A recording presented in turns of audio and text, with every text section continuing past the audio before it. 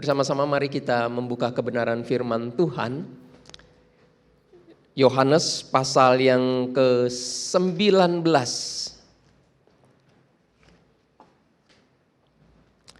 Tetap bangkit berdiri, kita baca firman dulu ya. Yohanes pasal yang ke-19, ayat yang ke-28 sampai 30. Saya ajak kita bersama-sama membacanya ya, karena ini pendek saja. Yohanes pasal yang ke-19, ayat yang ke-28 sampai ayat yang ke-30. Bersama-sama demikian firman Tuhan. Sesudah itu, karena Yesus tahu bahwa segala sesuatu telah selesai, berkatalah ia supaya genaplah yang ada tertulis dalam kitab suci. Aku haus.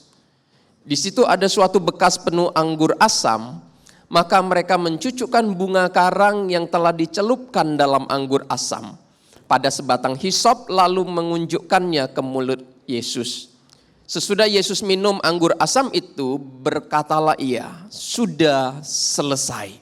Lalu ia menundukkan kepalanya dan menyerahkan nyawanya. Mari bersama-sama kita berdoa. Bapa dalam sorga, firman-Mu telah kami baca. Dan sebentar kami mau bersama-sama merenungkannya. Tuhan tolong kami, jangan sampai kami kehilangan bagian terbaik kami dari kebenaran firman Tuhan, yang mampu mengubah kami, yang mampu menghibur kami, yang mampu menguatkan kami yang letih, lesu dan berbeban berat, yang mampu bahkan Tuhan menolong kami menatap masa depan dengan berani kami menghadapi meskipun hidup ini sulit sekali terkadang untuk dijalani. Tuhan, dengan kebenaran firman-Mu lah kami mau melangkah, karena tidak ada satu pribadi pun yang melangkah bersama Tuhan dan firman yang akan dipermalukan. Demikianlah kami beriman dan kami mau merenungkan firman-Mu dan kami mau pulang dari tempat ini sebagai pribadi yang diberkati oleh Tuhan melalui kebenaran firman Tuhan. Kuduskan hati setiap kami dan khususnya hamba-Mu ini. Biarlah di dalam keterbatasan hamba, firman yang hamba boleh renungkan, boleh memberkati kami semua. Tuhan dengar doa kami, demi nama Yesus kami berseru. Amin. Silakan duduk teman-teman semua.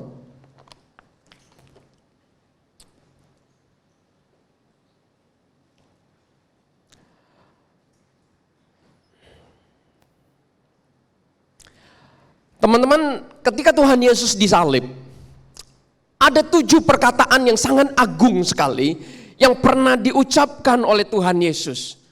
7 perkataan agung ini adalah 7 perkataan yang saya pikir perlu dan sangat perlu, penting sekali untuk kita renungkan bersama-sama.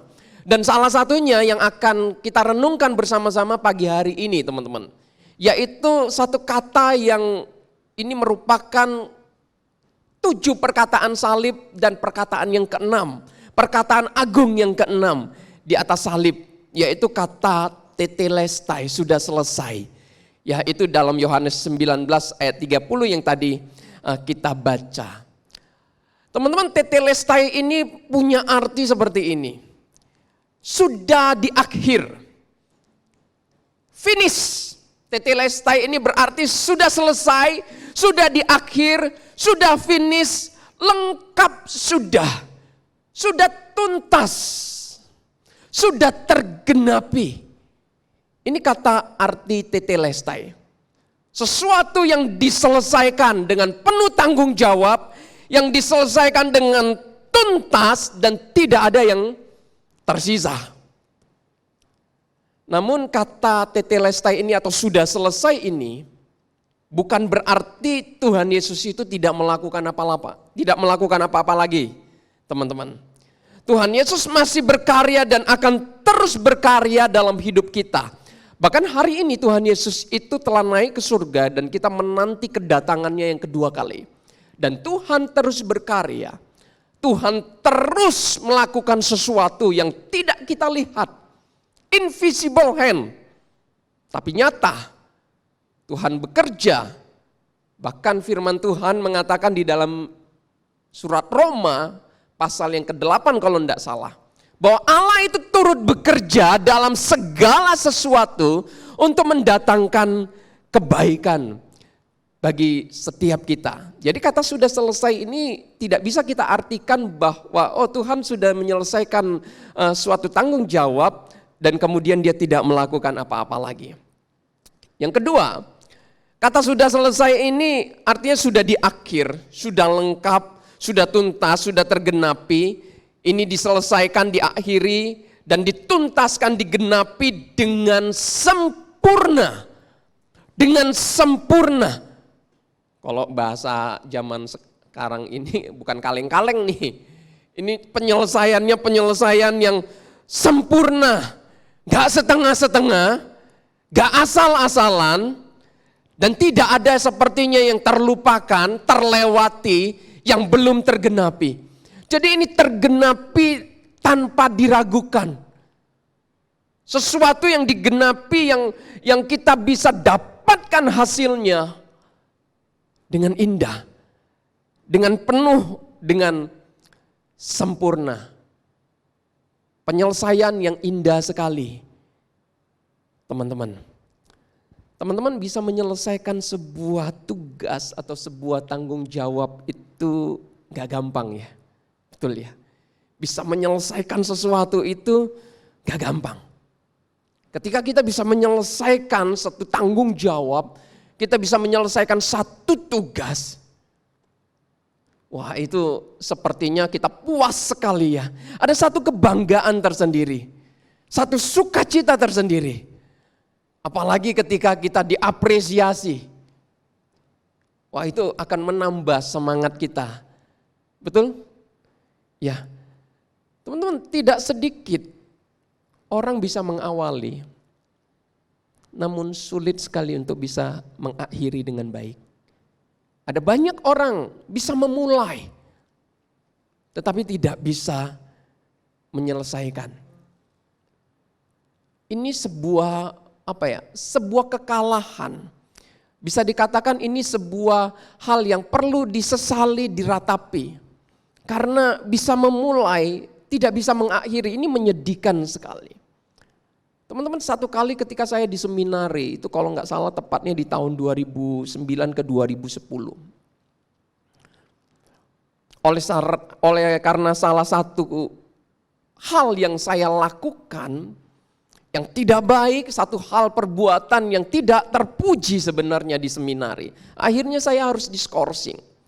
Tidak bisa mengontrol diri, emosi yang kemudian membuat saya tidak mempunyai akal sehat untuk merespon gitu ya. Saya melakukan satu perbuatan yang melanggar disiplin seminari. Oleh perbuatan ini saya kemudian diskorsing dan saya diskors 6 bulan, kemudian harus seperti apa tanda petik dibuang ke dalam satu ladang pelayanan. Di sana saya harus meratapi segala kejadian saya, segala apa yang saya perbuat. Saya harus merenungkan untuk saya mungkin bisa menyesalinya dan bertobat dan kemudian boleh kembali. Jujur, itu satu kondisi yang gelap sekali bagi hidup saya. Satu kondisi yang sangat saya ratapi, memalukan, dan di tengah-tengah situasi seperti ini saya kemudian memutuskan untuk tidak mau kembali ke seminari. Maka saya ngomong sama mama saya nggak mau kembali. Saya nggak mau kembali. Saya mau kerja, Ma. Ini memalukan untuk kembali. Selesai sudah sampai di sini. Betul Tuhan yang panggil saya. Tapi sepertinya Tuhan kok jahat sekali mengizinkan saya dipermalukan seperti ini. Saya mulai untuk masuk seminari itu dengan bangga, orang-orang bangga memuji. Ini satu panggilan satu privilege yang luar biasa yang bisa diberikan kepada saya. Saya memulai dengan baik, tapi di tengah perjalanan saya mengalami satu situasi yang tidak enak. Dan saya memutuskan saya mau stop, saya mau menyerah. Tapi di tengah situasi ini, saya bersyukur teman-teman. Tuhan yang turut bekerja itu benar-benar mengerjakan sesuatu dalam diri saya. Saya tidak boleh menyerah di tengah jalan. Inilah proses, inilah salib yang saya harus pikul. Saya harus berjuang, bukan menyerah, tapi saya harus berubah. Saya harus bertobat, saya harus memperbaiki apa yang tidak baik, yang tidak benar dalam diri saya. Maka Tuhan titipkan satu hati yang ketika saya mau stop, benar-benar tidak ada damai sejahtera. Saya galau sekali seperti mau mati rasanya. Dan kemudian satu perkataan dosen saya, itu menguatkan saya, Tuhan pakai mungkin. Pausan, di mana kamu jatuh? Di situ kamu bangkit. Di mana kamu jatuh, di situ kamu harus bangkit. Maka saya menguatkan hati saya dengan keberanian besar, menghadapi rasa malu dan sebagainya teman-teman kuliah yang mungkin mereka tahu. Karena label mahasiswa skorsing itu ada dalam diri saya. Maka saya balik. Saya harus bisa menyelesaikan. Saya harus bertanggung jawab terhadap panggilan ini. Maka saya balik, saya selesaikan. Maka saya bisa berdiri hari ini di tempat ini.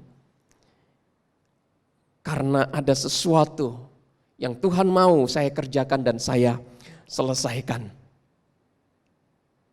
Bisa mengawali, kita harus bisa mengakhiri. Tapi tidak sedikit orang kemudian sulit sekali untuk mengakhirinya.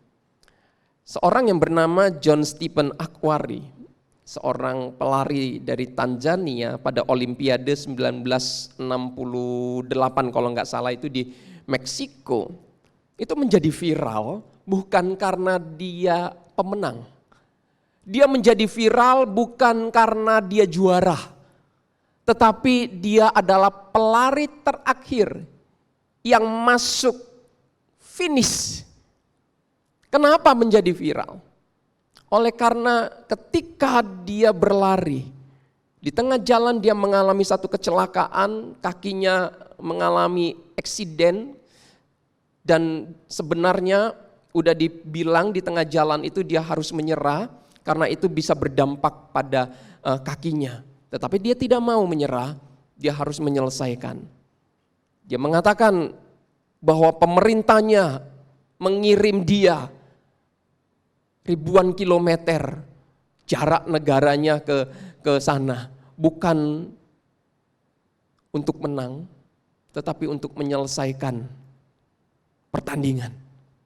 Maka dia masuk finish setelah stadion sudah tutup lampu, penonton sudah pulang, penentuan juara sudah ditentukan, dan kemudian hadiah trofi itu sudah diberikan. Menjadi viral, pelari terakhir menyelesaikan tanggung jawabnya untuk nama besar negaranya.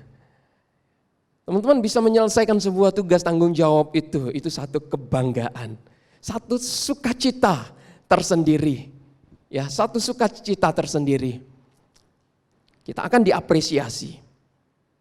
Tapi dalam apa yang dilakukan oleh Tuhan Yesus, ya tidak diapresiasi kecuali oleh Allah.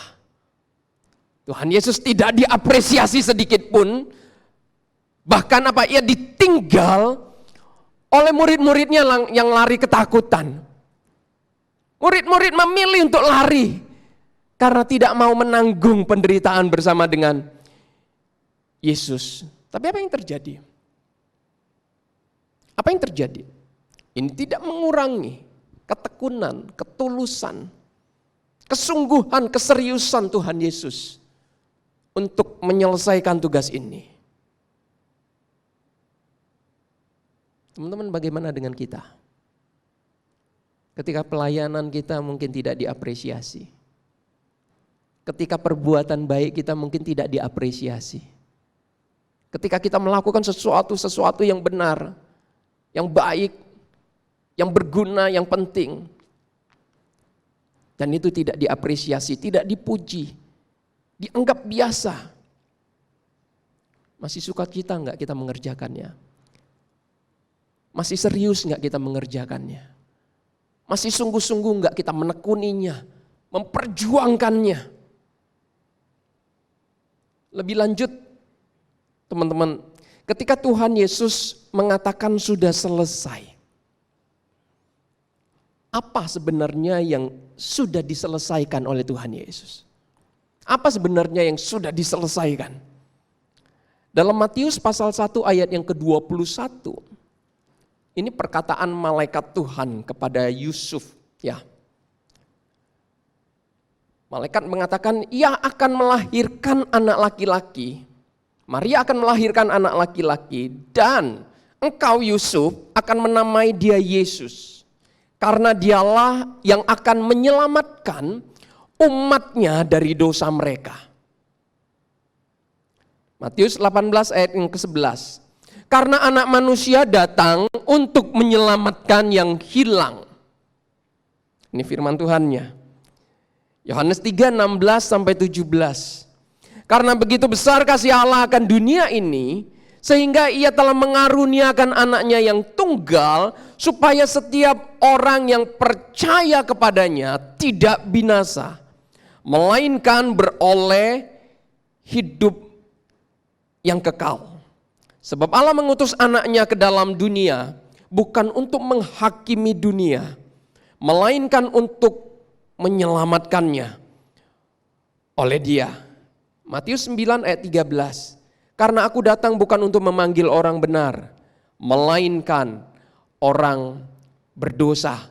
Kemudian Yesaya 61 ayat 1-3, paralel di Lukas 4, 18-19. Roh Tuhan Allah ada padaku, karena Tuhan telah mengurapi aku untuk membebaskan orang-orang tawanan terpenjara. Ya, itu kalimat seterusnya. Yohanes 17 ayat 4. Aku telah mempermuliakan engkau di bumi, kata Tuhan Yesus, dengan jalan menyelesaikan pekerjaan yang engkau berikan kepadaku untuk melakukannya. Demikian banyak firman Tuhan yang tadi saya baca. Sudah selesai. Apa sebenarnya yang sudah diselesaikan oleh Tuhan Yesus?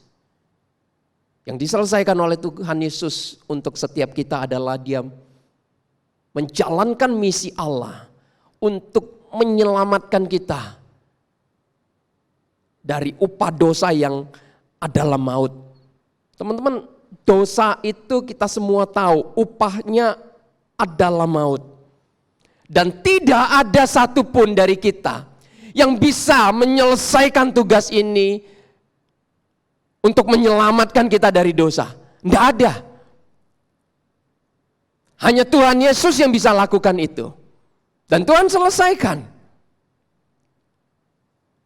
Upah dosa yang adalah maut ini, ketika Tuhan menyelesaikan, Tuhan tahu betul, ini upah dosa adalah maut itu mengerikan, yang manusia itu akan tidak tahan hidup di sana, akan tersiksa hidup di sana, akan mengerikan hidup di sana. Tetapi kita sadar enggak? Maut itu mengerikan, teman-teman.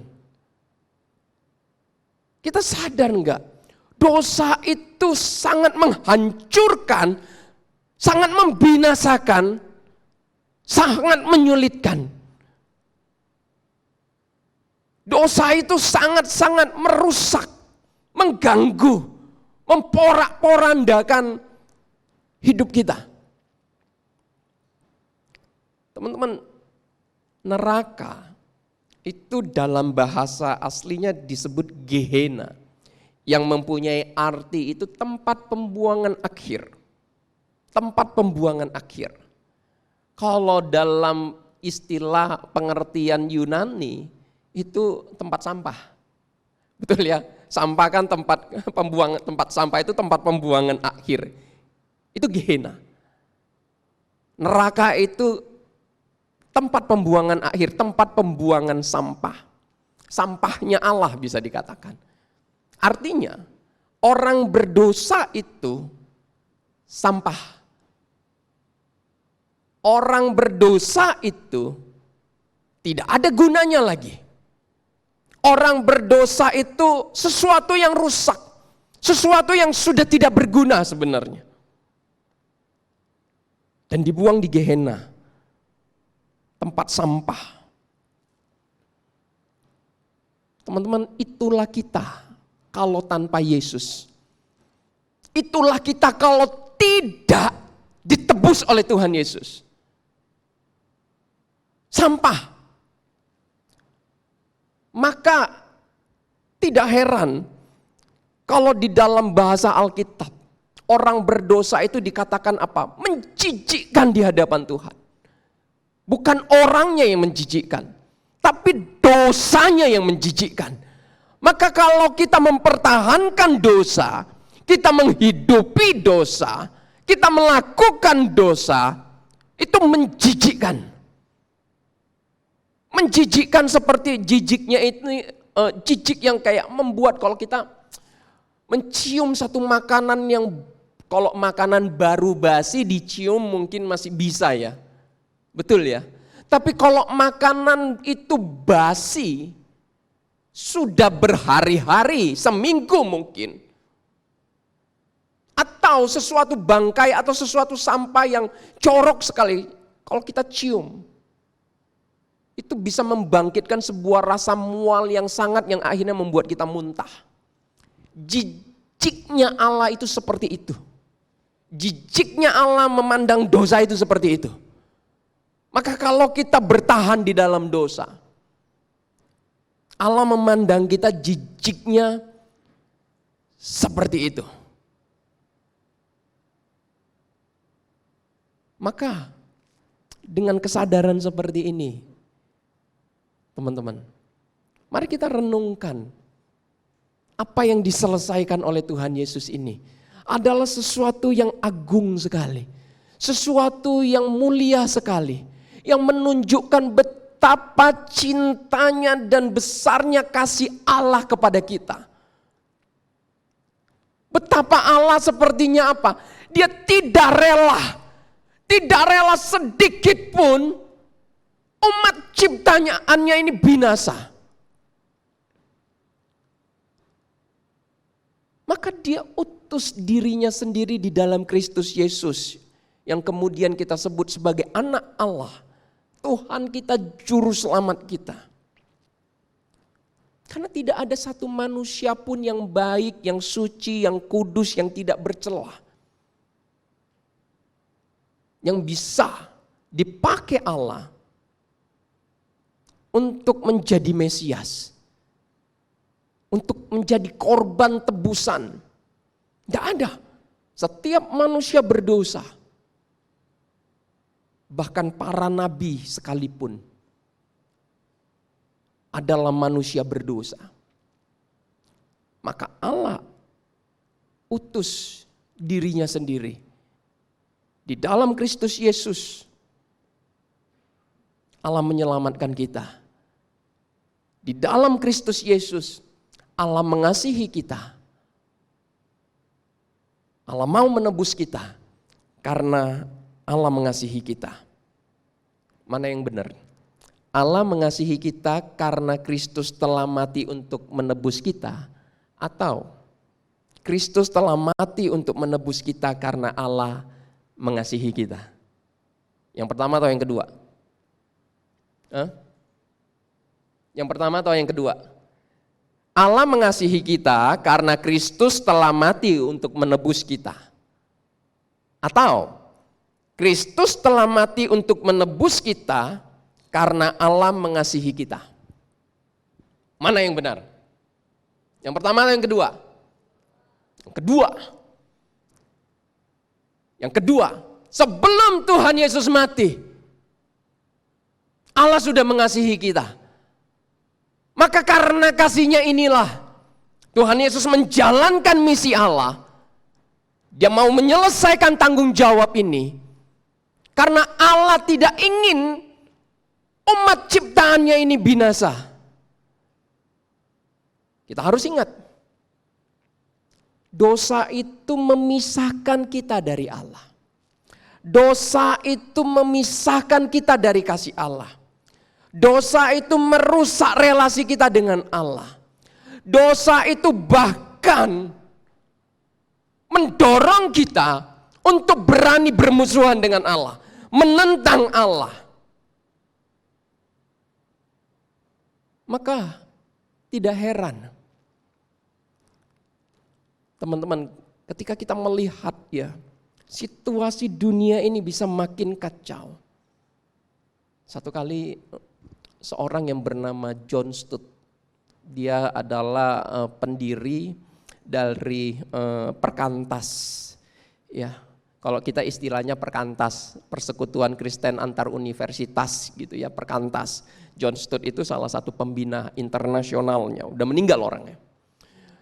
Satu kali ada satu orang protes sama dia. Protes tentang ketidakadilan Allah, absennya Allah. Di mana Allah?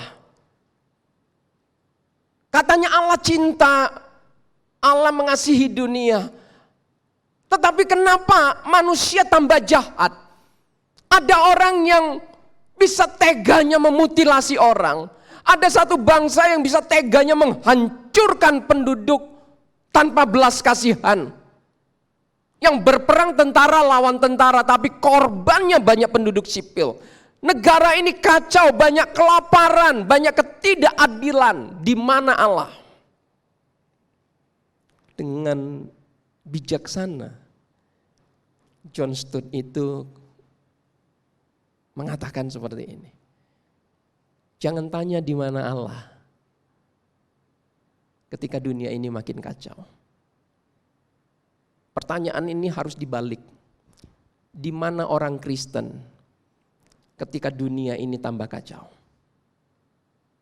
Di mana orang Kristen ketika dunia ini tambah kacau? Bukankah Tuhan sudah menebus kamu dan memanggil kamu untuk menjadi terang dunia? Di dalam Matius pasal 4, 5 atau 6 saya lupa, sorry. Kamu adalah garam dunia, kamu adalah terang dunia. Ada toh? Kita pernah bacakan firman ini? Tuhan tidak ngomong, seandainya kamu bisa menjadi terang, seandainya kamu bisa menjadi garam dunia. Enggak, kamu adalah terang, kamu adalah garam, kamu adalah sinar dunia ini. Kita adalah terang. Artinya apa? Ini bukan pilihan. Seandainya aku bisa jadi terang, aku mau. Kita harus jadi terang, karena kita adalah terang. Naturnya lampu jadi terang. Naturnya matahari jadi terang. Ya toh? Lampu kalau dia tidak jadi terang, tidak berguna namanya. Tidak berguna namanya. Demikian kita juga teman-teman. Kalau kita tidak jadi terang, tidak berguna namanya. Orang Kristen harus jadi terang. Orang Kristen harus jadi berkat. Untuk tujuan inilah Tuhan menebus kita. Bukan sekedar memindahkan kita dari neraka ke sorga. Bukan sekedar untuk nanti membawa kita ke sorga. Orang Kristen ditebus Tuhan untuk mengerjakan keselamatannya. Tuhan menyelesaikan tanggung jawabnya. Tuhan menyelesaikan, dan kita pun harus menyelesaikan tanggung jawab kita sebagai terang dunia, sebagai anak-anak Tuhan. Karena Tuhan sudah mengasihi kita. Maka teman-teman, ketika Tuhan Yesus berhadapan dengan Nikodemus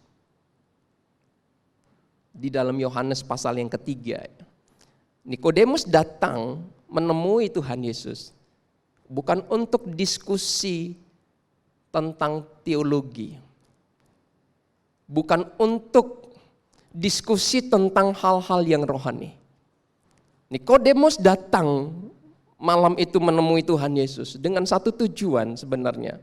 Ingin belajar.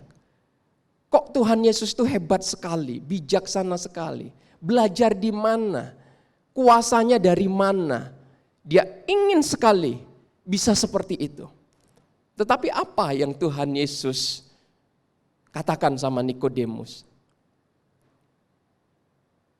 Kalau engkau tidak dilahirkan kembali, kamu tidak bisa masuk kerajaan sorga. Itu kalimat Tuhan Yesus sama Nikodemus. Aku berkata kepadamu, jikalau engkau tidak dilahirkan dari air dan roh, jikalau manusia tidak dilahirkan dari air dan roh, ia tidak dapat masuk ke dalam kerajaan Allah. Kemudian Tuhan Yesus melanjutkan kan, janganlah engkau heran karena aku berkata kepadamu kamu harus dilahirkan kembali. Kemudian Nikodemus merespon, bagaimana mungkin hal itu bisa terjadi? Ini jawaban Tuhan Yesus yang sangat-sangat penting sekali untuk kita renungkan bersama. Jawab Yesus, engkau adalah pengajar Israel dan engkau tidak mengerti hal-hal seperti itu. Engkau adalah pengajar Israel dan engkau tidak mengerti hal-hal seperti itu. Nikodemus ini adalah seorang guru, seorang yang ahli, bahkan bukan cuman ahli, tapi dia adalah orang yang taat terhadap hukum Taurat. Tetapi tidak memberi jaminan dia penting di mata Tuhan, tidak memberi jaminan dia itu sudah benar di hadapan Tuhan. Dengan kata lain, teman-teman, Nikodemus betul seorang guru, seorang yang taat hukum Taurat. Tetapi kalau hidupnya tidak memuliakan Allah, itu fake, palsu. Bukan cuman mulut, Tuhan melihat hati. Bukan cuman di mulut kita mengatakan kita mencintai Yesus, Tuhan melihat hati. Adakah hati yang berespon?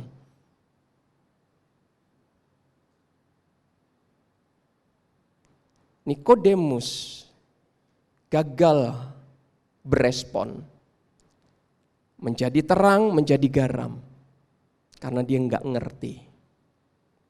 Jangan sampai kita pun nggak ngerti arti penebusan Tuhan. Tuhan menyelesaikan tanggung jawabnya, menebus dosa kita dengan satu tujuan, untuk kita jadi terang, untuk kita jadi berkat, untuk kita memuliakan nama Tuhan, menghidupi kebenaran firman Tuhan ini. Ini tanggung jawab kita, teman-teman.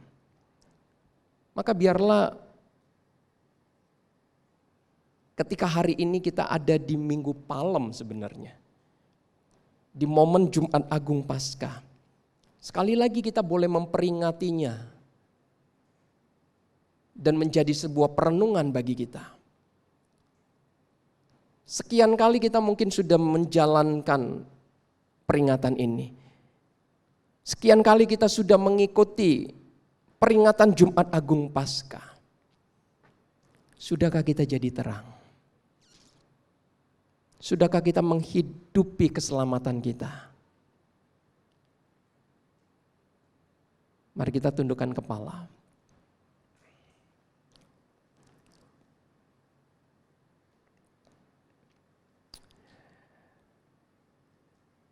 Teman-teman, Tuhan mengerti pergumulan kita. Gak gampang memang untuk menjadi terang. Gak gampang memang untuk mempraktekkan firman Tuhan.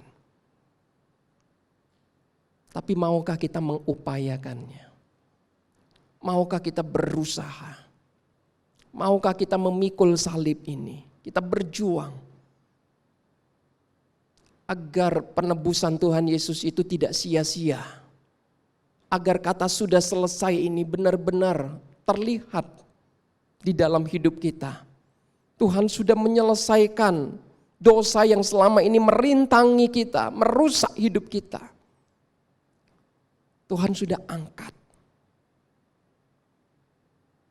Dan saatnya kita menjalani hidup yang baru. Sebagai anak Tuhan, menjadi saksi dan berkat bagi dunia ini. Maukah kita berjuang mengupayakannya? Bapa dalam sorga, terima kasih untuk firman-Mu hari ini. Yang kami boleh renungkan. Kami bersyukur masih ada firman yang boleh terus mengingatkan kami, menegur kami, memperbaharui kami, menasehati kami, meneguhkan kami, menguatkan kami. Kami bersyukur Tuhan. Biarlah hati kami terus belajar. Biarlah hati kami Tuhan, terus Tuhan topang untuk tidak berhenti berespon dan tidak berhenti untuk jadi berkat. Biarlah kami terus berproses. Tuhan tolong kami supaya penyelesaian Tuhan Yesus di atas salib untuk segala tugas dan tanggung jawab dari Allah untuk menebus kami itu benar-benar nyata di dalam hidup kami, di dalam perkataan kami, di dalam perbuatan kami. Mohon Tuhan berkati kami orang-orang muda-Mu di tempat ini. Demi nama Yesus kami berdoa. Amin.